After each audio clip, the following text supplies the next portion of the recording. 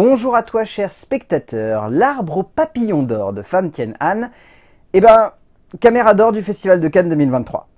C'est la seule chose qu'il me faut pour avoir envie de voir un film comme ça, parce que la caméra d'or, c'est un prix que j'affectionne tout particulièrement, que je trouve fascinant, parce que les auteurs qui le remportent, la plupart du temps, sont des auteurs à suivre, et donc, Pham Thanh Anh semblait être un auteur à suivre, donc j'avais très envie de voir ce que son film allait donner.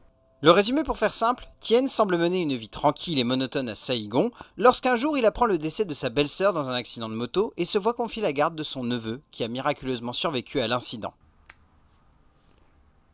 J'ai toujours envie de prendre ce petit recul quand même, de me dire que c'est un premier film, avant de plonger dedans. L'arbre au papillon d'or est un film fascinant, par de nombreux aspects, mais également un film très déroutant. Bon, déjà que ce soit par le fait qu'il dure 2h58, encore un film qui dure extrêmement longtemps cet été, décidément on n'aura eu que ça, j'ai l'impression. C'est très long, mais ça fait partie de ces films où la contemplation est poussée dans un extrême tellement brut et tellement fort que même si on a envie par moment de se dire que peut-être c'est un poil trop long, lorsqu'on arrive à la fin, on se dit que finalement le film est rentré dans son petit cocon et on a réussi à rentrer dedans aussi.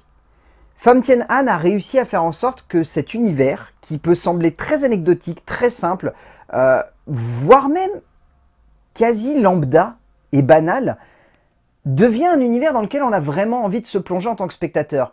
Et finalement, c'est là-dedans qu'on y trouve la plus grande force de ce long métrage.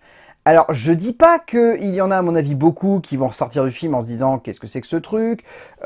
Pourquoi c'est aussi long ? Ça raconte pas grand-chose, on n'a pas de finalité. » Je pourrais comprendre tous ces avis-là, mais finalement, le voyage est tellement intéressant quant aux interrogations qu'a le personnage principal, quant à tout ce qu'il traverse pour finalement arriver à ce point final qui ne semble pas être une résolution, mais plus un immense point d'interrogation qui va inciter le spectateur à réfléchir sur tout ce qu'il a vu, et c'est finalement là-dedans qu'on trouve une vraie puissance dramatique et qu'on se dit que Pham Thanh Anh, s'il n'a pas réussi à livrer un film complet, a livré un film très ouvert, et en cela, le film est assez fascinant et assez génial à regarder. Il y a une promesse dans un premier long métrage. La potentielle patte d'un auteur cherchant à s'exprimer et à livrer une vision du 7e art qui soit différente du reste des auteurs peuplant cet art si personnel dans ses possibilités, mais également complexe à maîtriser, si tant est que l'on cherche à le comprendre profondément.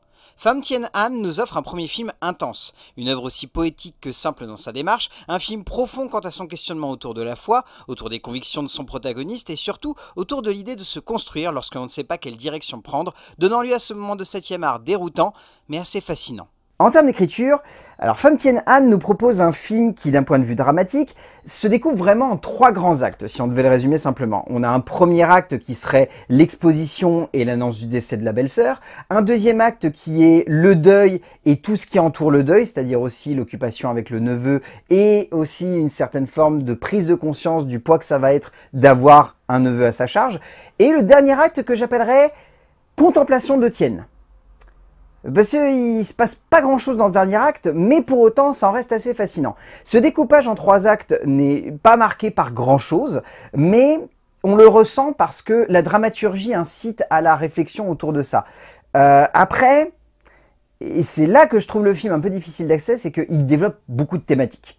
Et quand je dis beaucoup de thématiques, c'est-à-dire que ça peut être un film qui parle du deuil, ça peut être un film qui parle de la prise de conscience de la mort, c'est un film qui parle aussi de l'au-delà, de manière plus générale de la religion aussi, de la croyance, de la perte de croyance.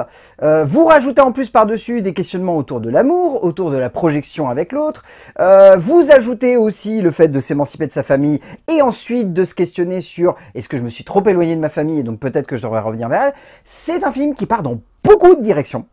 Et quand je dis beaucoup, c'est que par moment, j'ai eu l'impression de me dire 3 heures, c'est pas suffisant.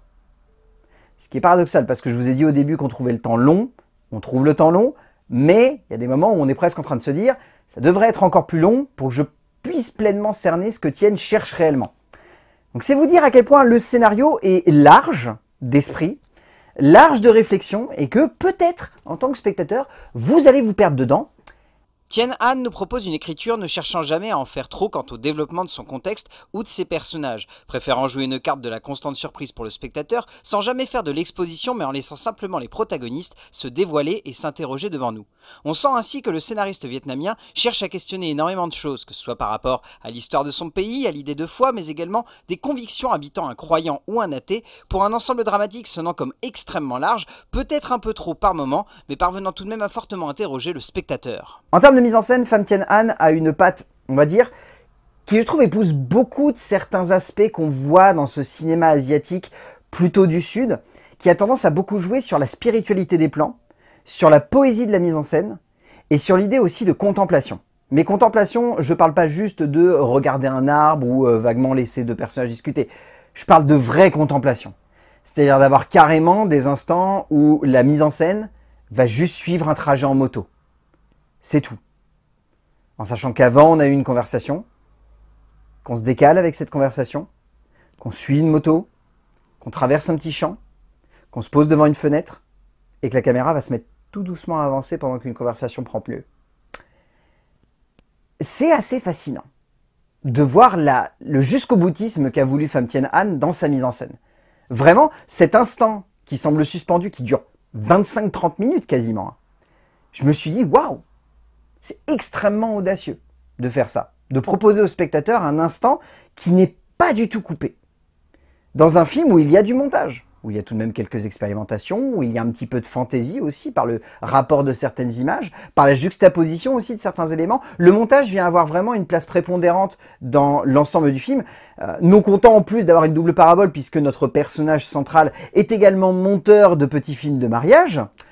Donc niveau réflexion, on est quand même assez loin, mais du coup le montage vient avoir une réelle importance parce qu'il y a beaucoup de plans qui vont être entrecoupés de petites scènes qui vont vaguement divaguer, et il y a un gros jeu autour du son qui n'a pas de rapport avec ce qui nous est montré à l'écran. Il y a notamment une scène à un moment où on va se retrouver dans une ville qui en fait garde le son d'une séquence qu'on a eue juste avant où il y avait juste une pièce vide avec un personnage.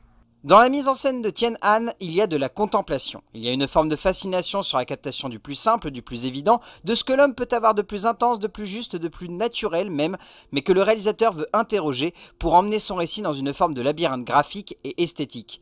Que ce soit par la longueur des plans, par la finesse de ses mouvements de caméra, par son envie constante de jouer sur l'imaginaire de son héros et celui de son récit, créant ainsi des scènes pouvant fortement intriguer et perdre même le spectateur, pour un résultat qui ne sonne jamais comme attendu ou comme classique, prouvant qu'il méritait cette fameuse caméra d'or. En termes de casting, il n'y a pas forcément beaucoup d'acteurs à retenir plus que ça. Il faut saluer la grande majorité du casting qui est tout de même assez impressionnante. Si je devais retenir quelques acteurs, ce serait Woon Gok Man, ce serait Nguyen Din qui joue Dao, le petit-neveu, qui est vraiment excellent lui pour le coup. Ça serait Nguyen Thi Truc Queen, qui est vraiment bien dans le rôle de la sœur Tao. La majorité des acteurs est quand même vraiment bien, je trouve, pour un film qui a vraiment été tourné, je dirais pas à l'arrache, mais avec une vraie envie de cinéma qui soit pure, qui soit intense, et avec des acteurs qui sont pour la plupart amateurs, ou si ce n'est amateurs, qui en sont à leur premier rôle. C'est assez bien foutu et bien dirigé, et ça se ressent surtout dans l'interprète principal, qui, je trouve, donne vraiment lieu à une belle interprétation, une interprétation touchante et émouvante, qui emporte très bien le film. Lee Fong-woo est éblouissant dans le rôle de Tien, l'acteur donnant énormément de justesse et surtout de forme à son héros, ne le rendant jamais lisse ou simple, mais au contraire, développant une grande complexité, fascinant le spectateur face à lui. Au bout du compte, L'Arbre aux papillons d'or, c'est un voyage où vous allez peut-être être perturbé par ce que vous propose le réalisateur. Je garde toujours en tête que c'est un premier film, et dans un premier film, il y a toujours des défauts.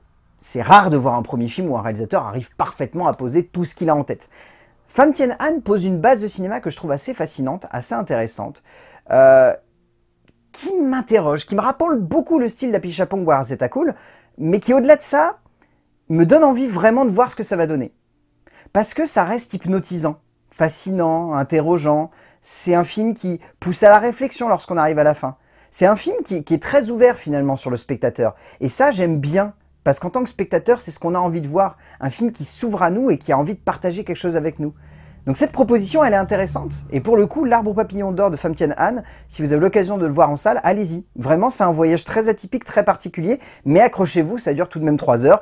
C'est bien de le rappeler. A plus!